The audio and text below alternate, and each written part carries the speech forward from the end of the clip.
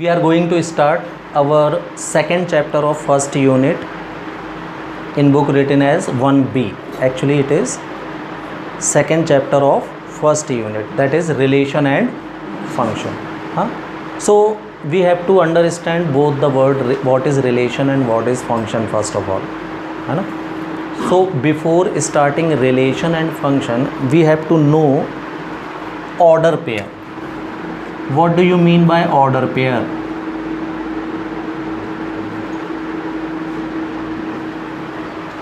So from very small classes we are writing order pairs, but maybe you don't know the name of the condition. Suppose you are writing any point in your graph. So how you write? Suppose your point is P, है ना, x की value इसमें कितनी थी 2 थी और y की value कितनी थी सपोज 3 थी, तो आप पॉइंट को लिखते थे 2,3 लिखते हो, 9th 10th से लिखते आ रहे होगे। इसी को ऑर्डर पेयर बोलते हैं। ये हो सकता है आपको ना पता हो कि ये क्या कहलाता है। हाँ, इस तरीके से the writing of a point in this particular way is called order pair. तो हो सकता है आप इसका नाम ना जानते रहे हों, लेकिन ऐसे पॉइंट आपने लिखे होंगे, है ना। तो ऑर्डर पेयर का मतलब ही होता है क्या, दो पॉइंट्स को किस में लिखना, ब्रैकेट के स्मॉल ब्रैकेट के अंदर कॉमा लगा के लिखना। फर्स्ट वैल्यू x की कहलाती है और सेकंड वैल्यू किसकी कहलाती है, y की। तो this is the meaning of order pair, writing value of x and y inside a small bracket with comma. The first value always of x and the second value always of y. Clear? So this is order pair. Now suppose again we see Cartesian product. Another word, Cartesian product of two sets, है ना। Sets का भी आपस में multiply होता है। Set का जब हम मल्टीप्लाई करते हैं तो उसको कार्टेशियन प्रोडक्ट बोलते हैं, और इसका सिंपल मल्टीप्लाई नहीं होता जैसा हम नॉर्मल अपने मैथ्स में करते हैं। फॉर एग्जांपल के लिए आपका सेट है क्या 1 2 3 4 suppose, and we have another set B ABC।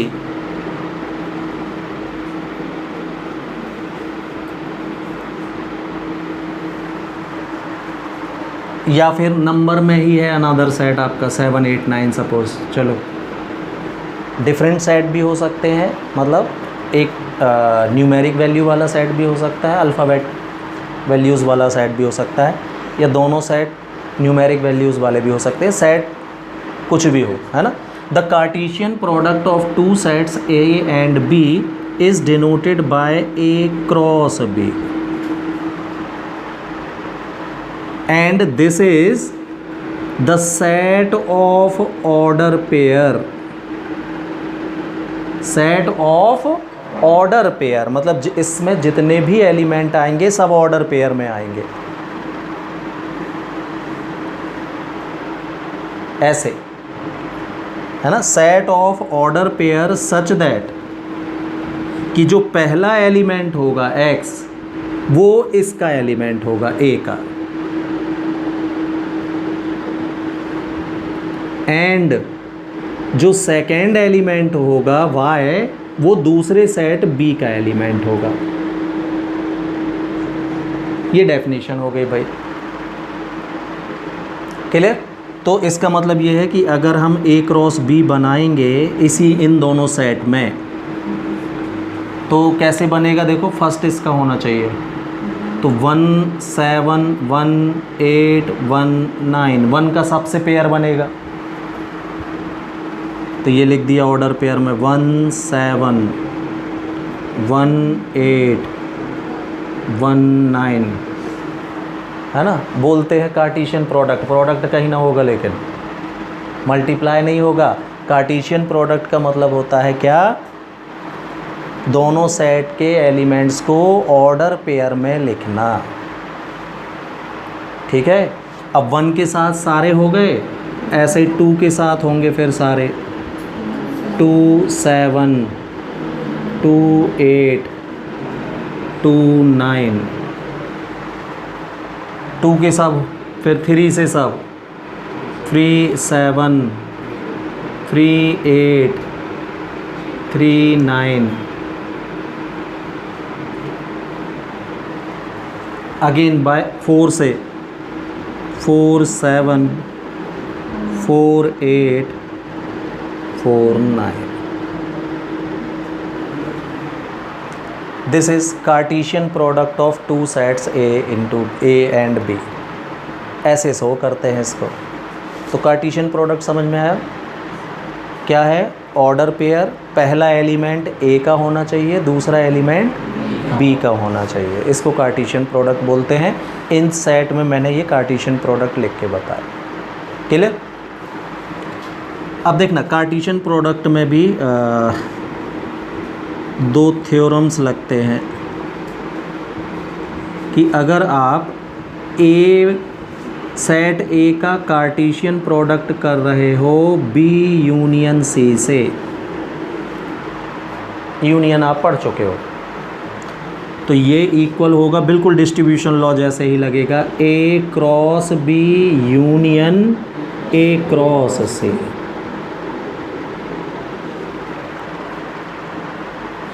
Distribution law जैसे ही लगेगा ये। And similarly A cross B intersection C ले रहे हो अगर आप, तो भी डिस्ट्रीब्यूशन लॉ सेम लगेगा, A cross B intersection A cross C. Clear? तो ये 2 शब्द हमको रिलेशन सीखने से पहले हमको ऑर्डर पेयर का मतलब और Cartesian product of two sets पता होना चाहिए। ठीक है, तो इन दोनों सेट की बात करूं अगर मैं, है ना, तो ये मैंने कार्टेशियन प्रोडक्ट बना दिया है आपका। अब देखना इसका फिगर ड्रॉ करें अपन। सेट ए ये था आपका, रिंग में सेट ए लिख दे रहा हूं मैं 1 2 3 एंड 4, और सेकेंड सेट बी ये लिख दिया मैंने 7 8 एंड 9। तो इसी इन सेट्स को जब हम फिगर के थ्रू शो करने लगते हैं तो इसको हम बोलते हैं क्या? मैपिंग करना, मैप शो करना। It is called mapping of two sets. ठीक है, अब देखना रिलेशन क्या है वो देखो आप। कार्टेशियन प्रोडक्ट समझने लगे, ये दोनों सेट थे हमारे पास ए एंड बी। अब हमने क्या किया, इस सेट ए क्रॉस बी का मतलब Cartesian product of two sets A and B का कोई भी एक सबसेट बना लिया जो इच्छा हो आपके। सबसेट बनाते बनता होगा ना आपसे? हाँ, सबसेट कैसे बनाते हैं? इसके कुछ एलिमेंट लेके एक नया सेट बना लेते हैं। तो आप अब इसमें कितने सबसेट बन सकते हैं इसके? 1, कितने एलिमेंट है इसमें? 1 2 3 4 5 6 7 8 9 10 11 12। तो टोटल नंबर ऑफ सबसेट बन सकते हैं कितने? 2 टू द पावर 12। इनमें से हर एक सबसेट रिलेशन कहलाएगा भाई। Any subset of Cartesian product A cross B, any subset of Cartesian product A cross B is called relation and relation is denoted by R. तो कोई भी सबसेट, मैं इसमें से एक रिलेशन R1 उठा लिया, चलो रिलेशन R1 कोई भी एक सबसेट जो आपकी इच्छा हो। फॉर एग्ज़ाम्पल एक मैंने ये ले लिया, ये ले लिया, ये ले लिया और एक ये ले लिया। ठीक है, तो एक रिलेशन बन गई। आपकी और जो भी इच्छा हो ले सकते हो। मैंने लिया है 1 7 1 9 2 7 3 9, ठीक है। और इसको एक सबसेट मैंने ये 4 एलिमेंट का उठा लिया, 1 2 3 4 का। आपकी और जो इच्छा हो 5 एलिमेंट का कोई सेट बना लो, वो भी रिलेशन कहलाएगा। कोई भी सबसेट आप बनाएं इसमें से, है ना, वो सब के सब क्या कहलाएंगे? रिलेशन। तो रिलेशन की डेफिनेशन क्या बनी? Any relation is a subset of Cartesian product A cross B। Simple, ठीक है। तो अगर मैं इस रिलेशन R1 को मैपिंग में शो करूं, है ना, तो relation R1 A to B ऐसे लिखते हैं इसको कि R1 is a relation from set A to set B। Clear? तो आपको रिलेशन क्या मिली है? 1 की रिलेशन किससे है? 7 से। ऐसा लिख के R1 लिख देते हैं। ये अपन मैप शो कर रहे हैं, मतलब फिगर शो कर रहे हैं, है ना, हिंदी में प्रतिचित्रण बोलते हैं इसको। फिर 1 की रिलेशन और किससे है? 9 से है। इधर देख लें, 1 की 7 से है, 1 की 9 से है। फिर 2 की किससे है? 7 से है। और 3 की किससे है? 9 से है। क्लियर? तो ये मैंने इसकी मैपिंग बना ली। हाँ, अब तो रिलेशन क्या हो गई? कार्टेशियन प्रोडक्ट का कोई भी सबसेट रिलेशन कहलाता है। Simple, any subset of Cartesian product A cross B is called relation. तो इसमें 2 की पावर 12 रिलेशन बन सकती हैं कुल मिला के, है ना। उनमें से एक मैंने R1 बना ली है। ये आप और एक और R2 बना सकते हो, ठीक है। अब देखना, डोमेन ऑफ रिलेशन।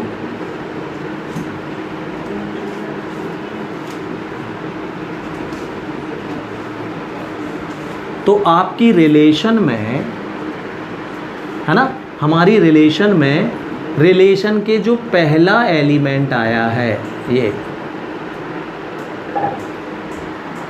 मतलब यहाँ आप देखें तो जिनकी कोई ना कोई इमेज, इनको इमेज पढ़ते हैं हम, बोलेंगे image of 1 is 7, image of 1 is 9, इनको इमेज बोलते हैं। और अगर यहाँ से आप देख रहे हो तो हम बोलेंगे 7 की प्री इमेज 1 है, उसको प्री इमेज बोलते हैं। फिर ना, है ना, 7 की प्री इमेज 1 एंड 7 की प्री इमेज 2, दो प्री इमेजेस है। तो यहाँ से वहाँ देखते हैं तो इनको इमेज बोलते हैं, उधर से इस साइड देखोगे अगर तो प्री इमेज बोलोगे आप। क्लियर? तो आपकी रिलेशन में जो पहला एलिमेंट दिखाई दे रहा है आपको, ये, है ना, डोमेन ऑफ रिलेशन कहलाता है। तो डोमेन ऑफ रिलेशन क्या बनेगा? हाँ, हम बोलेंगे सेट ऑफ ऑल एक्स, है ना, किसका एलिमेंट होना चाहिए? The first element of relation. तो क्या बनेगा आपका डोमेन? 1 2 एंड 3, ये 3 एलिमेंट ही डोमेन में आएंगे। देखो, सेट A में 4 एलिमेंट है, लेकिन 4 जो है वो किसी की इमेज, किसी की प्री इमेज है ही नहीं, या हम बोले 4 की कोई इमेज आपको B में है, मिली ही नहीं है। तो जब हम डोमेन लिखेंगे तो जिसकी प्री इमेज नहीं है उस एलिमेंट को नहीं लिखेंगे। 1 की है, 2 की है, 3 की है, तो डोमेन लिखते समय पहले सेट के वो एलिमेंट आएंगे जिनकी कोई ना कोई इमेज B में है। तो हम लिखेंगे 1 2 3, 4 छूट जाएगा भाई। हाँ, 4 की कोई इमेज होती मान लीजिए तो 4 भी आ जाता फिर डोमेन। क्लियर? तो डोमेन ऑफ रिलेशन का मतलब समझ गए आप। इधर से फिगर से देखना हो तो ये, और अगर रिलेशन से देखना हो तो फर्स्ट एलिमेंट बस देख लो, 1 1 2 3, 1 2 3, रिपीट नहीं करते क्योंकि सेट 1 2 बार है, लेकिन 2 बार नहीं लिखोगे सेट में, है तो यही आएगा। क्लियर? तो रिलेशन से देखना हो तो पहला एलिमेंट उठा के लिख देना चाहिए, जो भी फर्स्ट एलिमेंट है वो किस में आएंगे? डोमेन में। अब देखना, एक और शब्द होता है कोडोमेन। कोडोमेन ऑफ रिलेशन,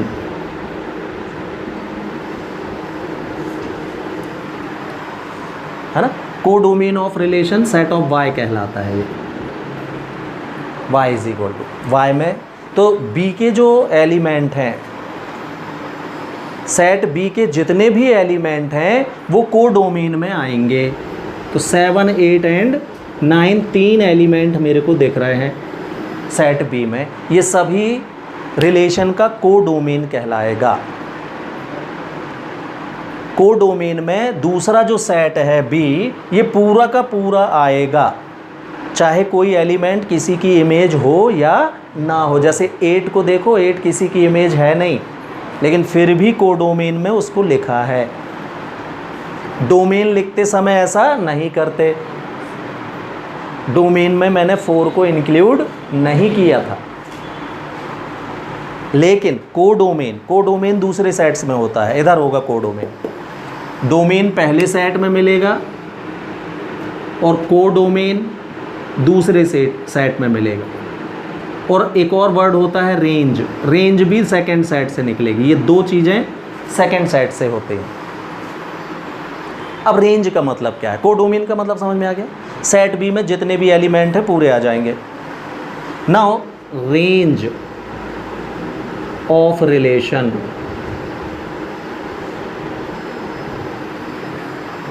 अब जब हम इसकी रेंज लिखेंगे तो रेंज में वो एलिमेंट बस लेंगे जो किसी न किसी की प्री इमेज है या जो किसी न किसी की इमेज है। 7 एंड 9 बस आएगा। अब 8 छूटेगा भाई, रेंज लिखते समय 8 छूट जाएगा। क्यों? 8 किसी की भी इमेज नहीं है, तो ये रेंज में शामिल नहीं होगा। क्लियर? तो आप इन दोनों में देख रहे होगे कि रेंज जो होगी फंक्शन की या रिलेशन की जो रेंज होगी वो हमेशा कोडोमेन का एक सबसेट होगी, इसी से बनी होगी। देखो कौन से एलिमेंट छूट जाएंगे रेंज में, वो एलिमेंट जो किसी की इमेज नहीं है, मतलब जो खाली छूट गए हैं, जिनका रिलेशन किसी से नहीं है, उनको शामिल नहीं करेंगे रेंज में। और कोडोमेन यानी पूरा का पूरा सेट। तो ये 3 शब्द डोमेन, कोडोमेन और रेंज समझ में आया आपको? डोमेन मीन्स रिलेशन के पहले एलिमेंट, है ना। अगर सेट ए में कोई ऐसा एलिमेंट है जिसकी कोई इमेज हमको सेट बी में नहीं है, जैसे कि इस एग्जाम्पल में 4, तो इसको डोमेन लिखते समय 4 को शामिल नहीं किया जाएगा। कोडोमेन में दूसरा वाला सेट जितने हैं एलिमेंट हैं सब लिखे जाएंगे। और रेंज लिखते समय केवल वो एलिमेंट लिखेंगे हम जो न किसी की इमेज है, दूसरे शब्दों में जिनकी कोई ना कोई प्री इमेज है। क्लियर? तो this is the meaning of domain, codomain and range of relation. Clear? Okay, after that we see what binary operation. तो the simple operation R is a subset of A cross B from set A to set B. ठीक है, अब हम क्या करें, Cartesian मान लीजिए आपका सेट है 1 2 3, तो अब हम Cartesian product A cross A ही निकालें, हम इसी का इसी से मल्टीप्लाई निकालते हैं। दूसरा सेट बी अब नहीं रहेगा, है ना। मतलब आपका पहला सेट भी ए होगा और दूसरा सेट भी ए ही होगा। तो अब जो रिलेशन डिफाइंड होगी ना, उसको हम बोलेंगे binary operation, binary relation, excuse me, binary relation. तो जब रिलेशन ए से बी, मतलब एक सेट से दूसरे सेट, दो डिफरेंट सेट्स में कोई रिलेशन हम डिफाइन करते हैं, तो वो सिंपल रिलेशन कहलाती है।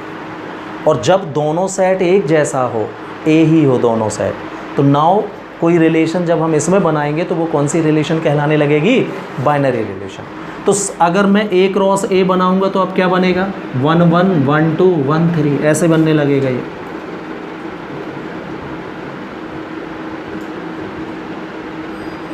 है ना, 2 1 2 2 2 3 एंड 3 1 3 2 ये बनेगा कार्टेशियन प्रोडक्ट। तो अब इसका कोई भी सबसेट आपने उठा लिया, सपोज R, जो इच्छा हो एक सबसेट उठा ले। तो मैंने 1 1 2 2 3 निकाल लिए, फिर एक ले लिया 1 3, एक ले लिया मैंने 2 3,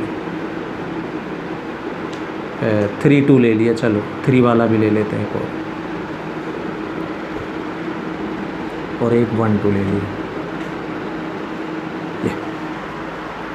एक सबसेट उठा लिया इसका, कुछ एलिमेंट का, 1 2 3 4 5 6 एलिमेंट का एक सेट मैंने बना लिया। तो now this relation is called what? Binary relation. क्यों? क्योंकि ये इसी सेम 2 सेट्स में डिफाइंड है। क्लियर? हाँ, तो इसका डोमेन क्या बनेगा भाई? डोमेन कौन बता रहा है? तो अभी मैंने बताया था कि फर्स्ट एलिमेंट को हम क्या बोलते हैं? डोमेन। तो फर्स्ट एलिमेंट क्या है? 1 2 3, बाकी रिपीट हो रहे हैं, तो डोमेन पूरी आ जाएगी 1 2 3। कोडोमेन 1 2 3 यही, रेंज 1 2 3, इस दूसरा एलिमेंट 1 भी है, 2 भी है और 3 भी है, सब आ गए हैं। मतलब इसकी कोडोमेन और रेंज एक जैसी होगी।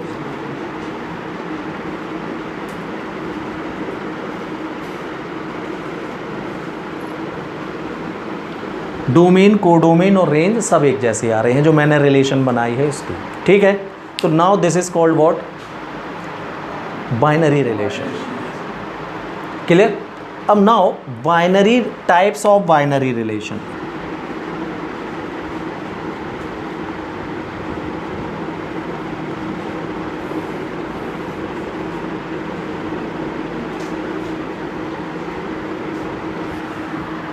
ठीक, सबसे पहले हम देखते हैं रिफ्लेक्सिव।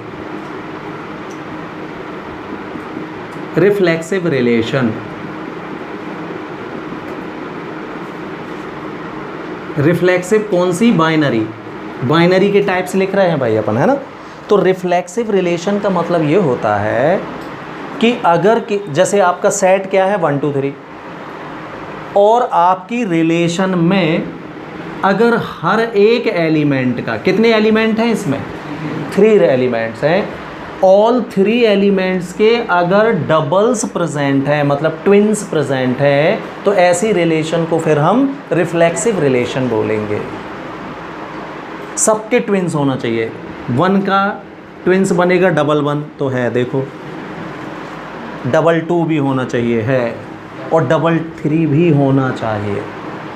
अगर इनमें से एक भी छूट गया, मान लीजिए 1 1 है, 3 3 है, 2 2 एब्सेंट था, तो फिर रिलेशन को रिफ्लेक्सिव नहीं बोलेंगे हम। सभी के जितने भी एलिमेंट हैं इसमें, कितने एलिमेंट हैं?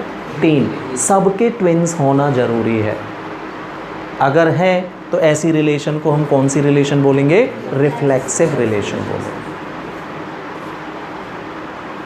ठीक है,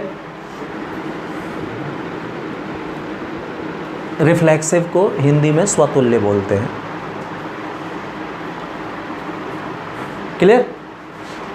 ये आया। तो क्या बनेगी रिफ्लेक्सिव रिलेशन? हम बोलेंगे क्या? Any relation R is called reflexive if, yes, for all x belongs to a। मतलब x के जितने भी एलिमेंट हैं सब के लिए, सबका। तो for all x belongs to a, double x should belongs to r। देखो इसी चीज़ को जो मैं आपसे बोल रहा था उसको मैथ्स की भाषा में कैसे लिखते हैं। अभी मैंने क्या बोला कि ए के सभी एलिमेंट का ट्विन्स होना चाहिए। अब मेरे को इसको मैथ्स में लिखना है, तो मैंने लिखा for all, this is symbol of for all. For all पढ़ते हैं इसको। For all x belongs to a, मतलब x के जितने भी एलिमेंट हैं सभी का, double X belongs to R, मतलब सबके ट्विंस जो हैं वो रिलेशन के अंदर दिखना चाहिए। इतनी सारे सेंटेंस को मैथ्स में इतने में लिख दिया मैंने। मैथ्स भी एक लैंग्वेज ऐसे ही होती है लेकिन सिंबल यूज़ किए जाते हैं। तो for all X belongs to A, double X belongs to R. Double X belongs to R को ना हम ऐसा भी लिख सकते हैं, एक्स रिलेटेड एक्स, ये दोनों एक ही बात है। ऐसे लिख दो चाहे, यानी एक्स का एक्स से रिलेशन होना चाहिए, 1 का 1 से रिलेशन होना चाहिए, 2 का 2 से होना चाहिए, 3 का 3 से होना चाहिए। तो इस चीज़ को लिखने के दो तरीके होते हैं, एक X X belongs to R लिख दो या double X belongs to R, या फिर एक्स रिलेटेड एक्स, ऐसे भी लिख सकते हैं। क्लियर? तो ये मतलब हुआ कौन सी relation? Reflexive. Now second is symmetric. Symmetric relation, तो देखो कोई रिलेशन सिमेट्रिक कब कहलाती है कि अगर आपकी रिलेशन में फॉर एग्जाम्पल के लिए 1 3 है, अगर रिलेशन में 1 3 है तो फिर इसका 3 1 भी प्रेजेंट होना चाहिए। तो 1 3 इसमें है लेकिन आपको इसमें देखो 3 1 नहीं दिख रहा होगा कहीं, का मतलब ये कैसी है? सिमेट्रिक नहीं है। इसको देखो, ये भी एक रिलेशन ही है, एक रॉ से इटसेल्फ अ रिलेशन। मैंने बोला सारे सबसेट रिलेशन कहलाते हैं। तो पिछले चैप्टर में हमने पढ़ा था कि किसी भी सेट का खुद सेट भी सबसेट होता ही है। तो इसको अगर आप देखें तो 1 3 है तो 3 1 भी है, ये देखिए, मतलब इसको हम देखेंगे तो ये सिमेट्रिक है। तो कैसे देखना है इसको? 1 3 है तो 3 1 होना चाहिए, 1 3 है ही नहीं तो अब ना ढूंढना 3 1 भाई। हाँ, इसमें सबका नहीं होना चाहिए, जरूरी नहीं है सबका। 1 2 अगर आया है रिलेशन में तो फिर 2 1 भी आना चाहिए, दोनों हो। अगर एक है तो दूसरा भी हो। क्लियर? 1 2 ही नहीं है तो फिर हम 2 1 को नहीं ढूंढेंगे। आई बात समझ में? 3 2 है तो 2 3 भी होना चाहिए था, है ना? 1 2 है तो 2 1 भी होना चाहिए था। तो ये क्या कहलाती? सिमेट्रिक रिलेशन कहलाती। तो हम क्या बोलेंगे अब इसमें? ऐसे बोलेंगे, देखना है, any relation R is called symmetric relation if for x, y belongs to R। दो एलिमेंट कोई सेट ए के कोई भी दो एलिमेंट ले लो आप। इफ x y रिलेशन में है तो y x भी रिलेशन में होना चाहिए।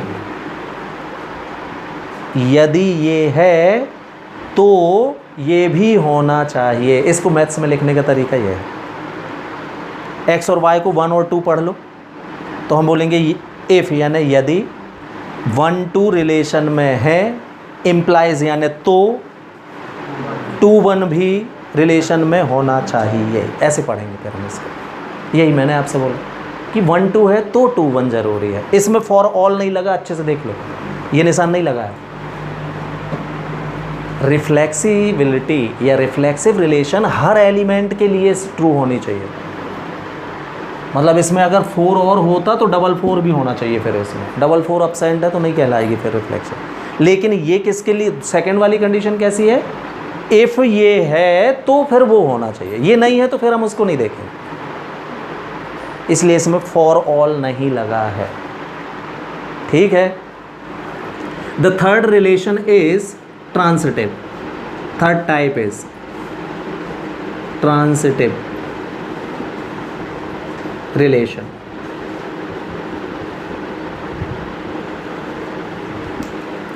तो रिलेशन ट्रांसिटिव का मतलब क्या होता है वो देखते हैं अपन। कि जैसे इसमें देखें आप कि 1-3 रिलेशन में है, ठीक। अब ये 3 रिपीट हो रहा है, 3-2 भी रिलेशन में है, इसको देखो सेकंड एलिमेंट एक जैसे हो गए हैं, इसका फर्स्ट और उसका सेकंड। तो 1-3 है रिलेशन में, 3-2 रिलेशन में है, तो फिर भाई जो बचा है 1 और 2 भी रिलेशन में होना चाहिए। जो कॉमन एलिमेंट था ना 3, उसको हटा दो, तो अब क्या बचेगा, यहाँ 1 बचेगा और सेकंड एलिमेंट में क्या बचेगा 2। तो जो बच रहा है वो भी रिलेशन में दिखना चाहिए। अगर दिख रहा है तो रिलेशन ट्रांजिटिव कहलाएगा। हाँ, तो इसके लिए अगर हम देखें तो ये ट्रांजिटिव है। क्यों? 1-3, 3-2, तो 1-2 भी आ रहा है।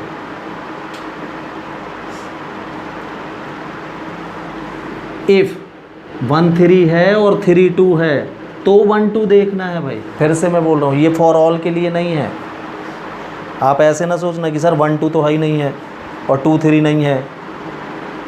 अगर ऐसा है और ऐसा भी है तो फिर ये भी होना चाहिए, तो होना चाहिए।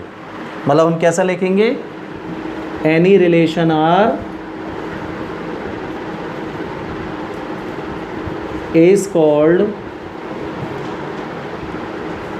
ट्रांजिटिव इफ, है ना, for x, y, z belongs to a। 3 element होंगे इसमें, जैसे इसमें देखा तो 1, 3 और 2 लिया था मैंने। 3 एलिमेंट, ट्रांजिटिविटी कितने एलिमेंट में होगी, 3 में। If x, y belongs to relation and y belongs to relation, then, तो फिर x और z भी होना चाहिए। y गायब कर दो, y कॉमन था ना दोनों में, तो y हटने के बाद क्या बचेगा, तो implies x, z should belongs to r। यदि ये दोनों है तो फिर ये भी होना ही चाहिए, तभी वो ट्रांजिटिव होगी। क्लियर? तो ये है। चौथा टाइप लिख रहा हूं मैं,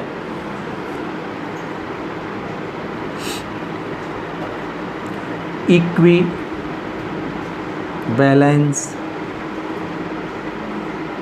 बैलेंट रिलेशन।